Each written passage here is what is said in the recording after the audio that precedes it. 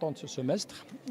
Nous avons présenté et publié donc, les résultats du groupe CIH Bank au titre du premier semestre 2018.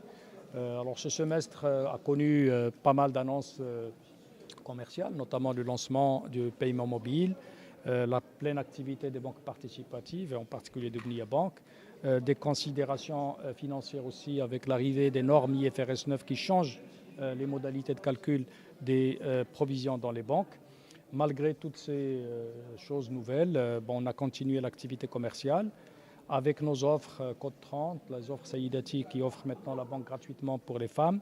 Nous avons connu une affluence assez importante de nouveaux clients et nous avons connu effectivement une très bonne activité commerciale puisque la collecte de dépôts sur une année a dépassé les 20%, 6 milliards de ressources additionnelles. L'activité crédit se comporte très bien, aux alentours de 20% aussi de croissance.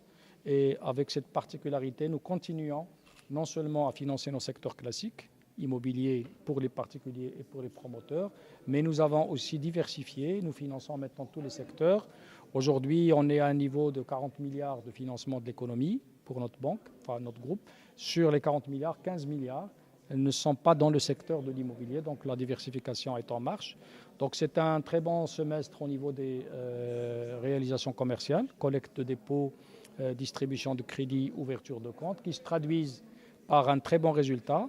Le produit net bancaire qui mesure l'activité bancaire progresse de 13%, il dépasse le 1,1 milliard et le résultat net a atteint 280 millions, donc en progression très forte, plus du double du niveau qu'il avait atteint une année auparavant.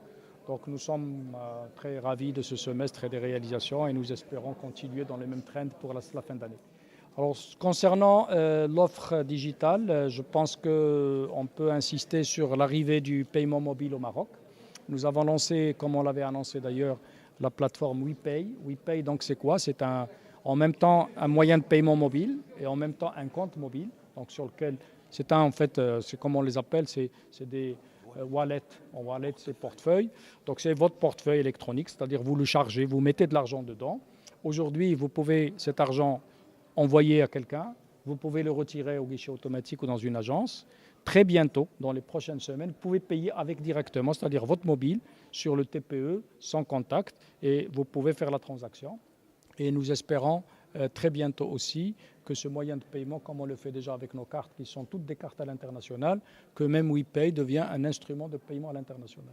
Donc nous continuons à investir beaucoup sur le digital. On a une plateforme CIH Mobile qui continue de progresser. Aujourd'hui, à titre juste d'illustration, quand vous rentrez sur CIH Mobile, vous pouvez suivre votre dotation de vise pour savoir maintenant que le passeport n'est plus tamponné. Parfois, on a du mal à se rappeler ce qu'on a consommé ou pas. À travers CIH Mobile, vous avez toutes les utilisations, combien il vous reste. Vous avez la possibilité de jouer sur le plafond de la carte ou même de supprimer le plafond. On a une offre aussi sur laquelle je vais insister, c'est Code 18. Nous offrons des comptes surlivrés aux enfants, moins de 18 ans, avec la signature d'un des parents, qui permet à l'enfant de disposer d'une carte qu'il choisit lui-même, parce qu'il y a plusieurs visuels, et qui vous permet, avec un enfant scolarisé dans un lycée ou dans un collège, de lui donner une dotation qu'il peut retirer au guichet automatique, ou il peut même payer avec cette carte. Et donc, c'est un apprentissage de la banque sous la supervision des parents, puisque vous avez la visibilité sur ce qu'il fait avec sa carte. Donc, c'est une offre aussi très intéressante qui permet maintenant à tout le monde d'avoir un compte bancaire, y compris les enfants. Alors, les deux semestres ne se ressemblent pas parce qu'on a d'abord des choses qui sont liées au semestre, par exemple les dividendes, etc. Donc nous, ce que nous espérons, c'est que sur l'activité commerciale pure, nous continuons sur le train, donc une collecte bonne, une ouverture de compte qui continue. Maintenant, les conséquences sur la finance, je préfère attendre la fin d'année pour les commenter. Alors ça progresse. On espère évidemment, parce que c'est l'investissement qui crée l'emploi, donc on espère toujours qu'il y ait beaucoup plus d'investissement. Moi, je reste convaincu que notre pays devrait connaître un rythme d'investissement plus fort. On espère d'ailleurs avec les nouvelles les nouveaux changements, les nouveaux CRI, etc., que ça puisse booster l'investissement. En tout cas, nous, on est prêt à financer. Par contre, ça progresse, hein, donc ça ne recule pas, donc ça continue de progresser, mais moins fortement que ce qu'on a connu il y a une dizaine d'années. Alors, ce n'est pas lié à un secret particulier, bon, parce que vous mesurez avec les IFRS 9 la qualité de votre portefeuille de crédit tout entier.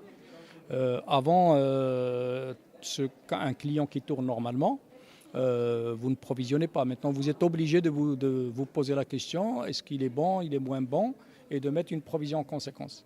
Et donc ça mesure la qualité du portefeuille. Donc nous sommes ravis qu'à travers cette mesure, l'appréciation qu'on peut donner, c'est que la qualité globale du portefeuille est plutôt bonne.